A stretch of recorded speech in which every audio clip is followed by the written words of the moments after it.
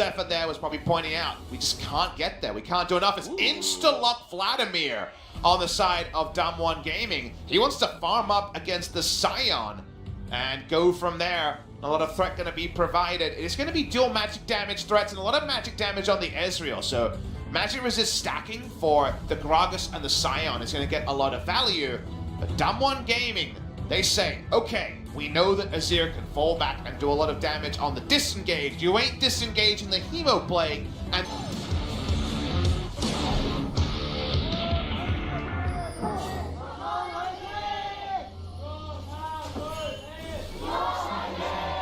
against Griffin. Can't wait to see what they have. And speaking of which, going aggressive already is Teddy and Mata in the bottom lane, getting a nice little trade there against Nuclear. Don't even need a level 2 when you use the headbutt to get a little bit of a stun against the wall there. It's mid lane. Oh, Faker not going to use his cleanse just yet. He waited so long. The flash in from Canyon is going to take another turret shot on the outside, and well, he's getting hungry. That was himself investigating top side, and Mata's here as well. Mata's here. It looks like they've read into this. Maybe Canyon walked over that one. Here comes the cleanse, trying to bait him in, and there's the flash from Mata. He's making the super play. Can he get the kill? Yes, he can. First blood given to Mata, making the big roam to the mid lane and getting this lane ahead. The flash was off, but the headbutt, yeah. But ultimatum available. Canyon's still level 4, but so's Cleared, and we know Khan is low. Bruce getting in there, and here we go. Nice knock up there, though. Oh, man! Mata's here again, too, and so is Clid.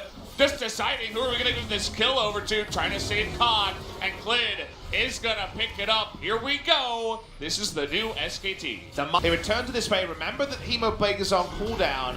Flash is in front there, but Mata's in position. This is with Lucian pushing up. They have 3 control wards bot side. You might say, Bob Smithy, why are we talking about that? They don't actually have eyes on Mata. They have no idea where the Alistair is. There's plenty of items. SKT walk up as a team.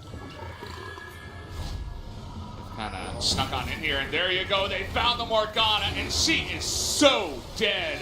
Teddy gonna pick that one up on the backside, and as you said, that Morgana looking less and less useful. That was a really lazy mistake from Hoyt. He channeled his recall where you could still be spotted coming around the corner of the stage to not be on the bottom side. He has 3 control wards and all his allies just taking down a turret. You play to where your allies are. If you're playing solo queue and want a free tip for mid lane play, definitely try to tend towards the side where you know you have some semblance of cover or where your wards are.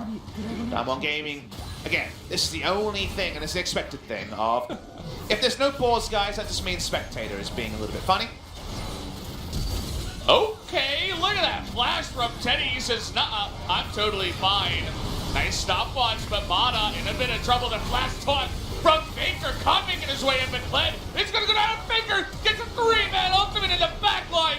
He's the one that wants to win big time now for his team. Khan going to get low, but Faker still on the chase. Can they take out Hoyt here? That's who they'd want. A double kill now. Goes over to Faker. He's the big one in the fight. Not to be outdone by Mata's heroics in the first 15 minutes. Suddenly the playmaker we all know comes back. Faker gets the flash. The big Emperor's Divide rips open the enemy team. He's spotted on the right side. And the push will just continue. I was watching that fight as well on the top side. Hoyt pretty much entirely useless on the Morgana. Put a black shield.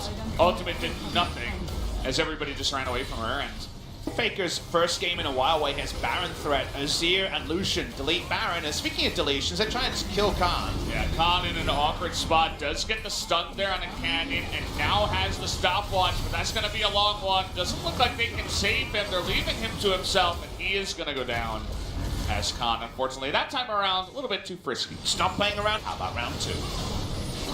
Yeah, shot away here from Canyon. Needs to get it back up. You see the damage is there. Nice engage from Mata. Baker just poking for now. No big one. They're going to try to combo onto Baker. He is going to try to Emperor's Divide, but it's not enough. He is going to go down. Binding goes wide, but here's Nuggery. He wants to be the big carry. Going into that back line, they're going to get a cow as well, and somehow DWG looking to pick up another kill on a Khan who does get away, but they get 2, and now maybe they go off to Baron. And could this be a comeback here from DWG Gaming? Seemed like SKT had all the options. They had so many aces up their sleeve with the gold lead, but suddenly teleporter's recalled. Let's see what happens here. Baron at 5,000. Klid still has his flash smite. Can the trusty flash smite coming in this time around? Showmaker not going to get there, but the smite goes over to Canyon. He is able to take it up. Canyon still alive, even in the backside, and God in the pit is going to lose his life as well. 2 kills and a nice smite by Canyon means DWG are way back in the game. Is this the throw from SK Telecom T1?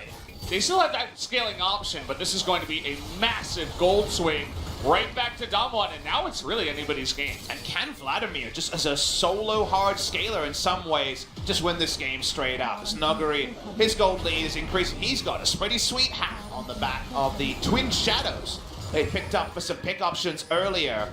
DWG Gaming with the game state we were in, and now if SKT pulls the trigger at the wrong time, they just lose. Oh, Teddy nearly chops down, and the ult is going to sail wide, but Teddy has to go back into the base. They're getting so much gold to swing towards DWG. That's check the Baron. Somebody's got to do it. Maybe it's Mata. Klid is desperately trying to get in there. Looking to get on top of Klid. It looks like he's super squishy. Look at him just disappear on the Gragas like he was never even there. And now immediately it's 4-on-5 and DWG might begin that bout. They don't need to use the Hemoplate for that one. It's still available for a secondary turn. That's why Showmaker's around the fight. No vision at all here. SKT. Khan tries to walk up. Baron starts to die. Showmaker, look for that playmaker. Let's see if he can do it as the taunt trying to get on top of Teddy, but no one really helping him out here. The Ezreal comes in, but Showmaker taking a bunch of damage, does have that stopwatch, but he's going to go down to Teddy. There's that Evo play. Can they kill Nuguri? Is the question. No is the answer, as he is going to stay alive. SKT not able to stop them. DWG get the Baron, get a couple of kills, and now they're going to look to push. SKT playing about as well as they can, but DWG is on point. The flash on to 32 minutes. He's going to be having a fun time. Has a massive bounty, as does the Ezreal, actually. 1,000 gold there with his own Kleptomancy, double Kleptomancy on the side of DWG. Another Baron.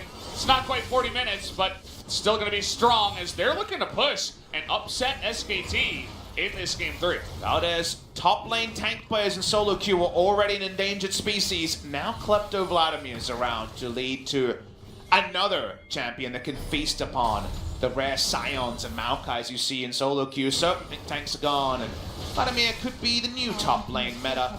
Nuguri, he loves the Jace, he loves the carry. He's had the Jace ban in this particular game and in this series, but this time he jumps on the Vladimir. Suddenly looks to be putting it to good use, and barring a real misplay on an approach to a gank, and to be fair, doesn't have double stasis effect, only has the blood pool available, only the W here, Sanguine Pool, for the Vladimir. That's the only thing separating what it feels like a win and loss. It's a pass-fail on how many people Nuguri hits with the ult, as a Faker just almost dies. Big lenses too. Just on the backside, just uses it.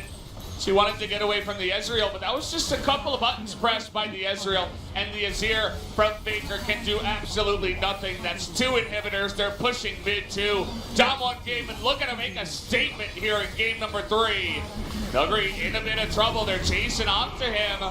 Sanguine Pool comes out, and he is just on the run. Spellbinder, and here comes the combo. Wombo combo onto 3, and Vladimir able to get into that back line too. Here comes Nuclear.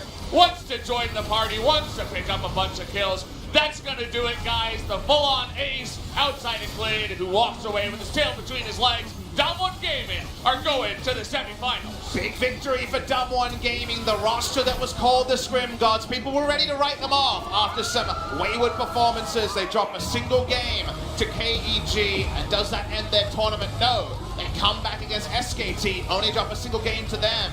The reverse sweep means a lot to the players. It may be KeSPA Cup, it may not be. World's implications. Now all they know is they are the first team.